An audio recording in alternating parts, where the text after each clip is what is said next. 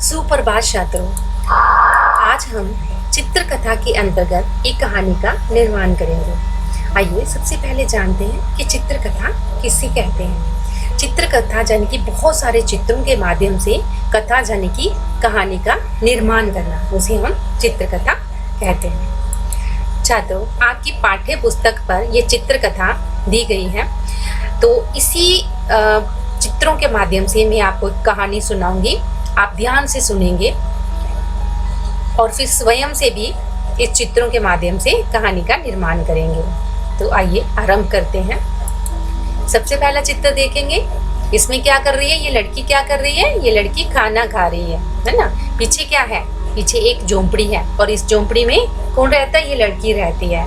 और इसकी थोड़ी सी दूर में एक मटका है और मटके के ऊपर एक क्या पड़ा? ये गिलास। और ये दीवार पे देखो जरा, कौन बैठा है? यहाँ पे एक कौवा बैठा है ना। और ये कौवा क्या कर रहा है? इस लड़की को खाना खाते हुए देख रहा है ना। उसको भी भूख लगी होगी, उसका भी मन कर रहा है खाना खाने का, तो वो यहाँ पे दीवार पे बैठे ये सब देख रहे हैं। और ये बादल देखो, आसमान पे ये पक्षी उड़ रहे हैं, है ना। उसके बाद क्या होता है कि लड़की को अचानक प्यास लगती है ना। वो खाना खा रही होती है तो वो ना पानी लेने जाती है मटके में। तो इतने में कौवा क्या देखता है कि लड़की अपनी यहाँ पे थाली छोड़ के पानी लेने गई है। तो वो क्या करते हैं, थाली में से रोटी का टुकड़ा अपनी चोंच में दबाकर उड़ जाता है ना। ये देखिए कौवा क्या कर रहा है, ये रोटी उसने उठा ली है, अपनी चोंच में दबा ली है और यहाँ से उड़ गया, है ना। लड़की देखती रह गई। अब उसके बाद क्या करते हैं कि कौवा आके एक पेड़ पर बैठ जाता है। क्यों बैठते हैं वो? क्योंकि जो उसने रोटी का टुकड़ा लाया वो उसको खाएगा, है ना। इसलिए वो बैठता है, आराम से बैठ के खाने के लिए अभी तैयार होता है। इतने में क्या होता है कि नीचे एक लोमड़ी दूर से उस कौवे को देख रही होती है। तो वो क्या करती है, जब कौवे के चोंच में रोटी का टुकड़ा देखती है तो उसके मुंह में पानी आता है। उसका मन लालच से भर जाता है कि किस तरह से कौवे से ये रोटी का टुकड़ा छीना जाए। तो अब लोमड़ी जो है ना वो कौवे के पास आते हैं। तो आपको पता है वो कौवे को क्या बोलती है? हाँ, अब मैं अभी आपको बताती हूँ। वो कौवे से बोलती है, हाँ, जहाँ बैठ जाती है आराम से, और फिर कौवे को बोलती है कि कौवे भैया, मैंने सुना है तुम बहुत अच्छा गाना गाते हो। मेरे दोस्तों ने मुझे बताया तुम बहुत मधुर गाना गाते हो, क्या तुम मुझे गाना सुनाओगे? तो कौवा अपनी झूठी तारीफ सुनकर ना इतराने लगता है। उसे लगता है कि सचमुच में बहुत अच्छा गाना गाता हूँ।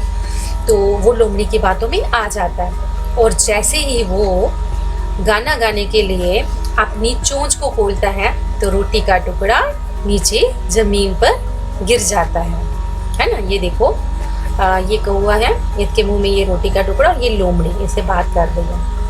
उसके बाद क्या होता है अगले चित्र में देखेंगे। जैसे कौवे ने चोंच अपनी खोली गाना गाने के लिए तो रोटी का टुकड़ा ये देखो जमीन पे गिर रहा है ना।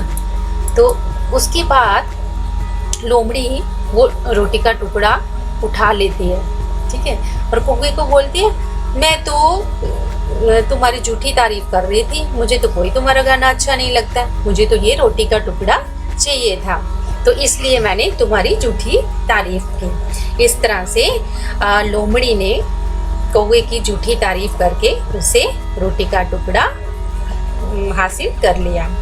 छात्रों, इस कहानी से हमें क्या शिक्षा मिलती है? इस कहानी से हमें ये शिक्षा मिलती है, हमें किसी की भी बातों में इतनी जल्दी नहीं आना चाहिए, अपनी सूझबूझ से काम लेना चाहिए, है ना। जिस तरह से लोमड़ी ने कितनी चालाकी से कौवे के मुंह से रोटी का टुकड़ा छीन लिया, है ना। अच्छा, अब बताइए इस कहानी का शीर्षक क्या होना चाहिए? आप लोग भी सोचिए। हाँ, मूर्ख कौवा भी हो सकता है, क्योंकि कौवा कैसे मूर्ख बन गया ना लोमड़ी की बातों से। हाँ, मूर्ख कौवा भी इसका शीर्षक हो सकता है। कुछ और सोचेंगे, कौवा और लोमड़ी।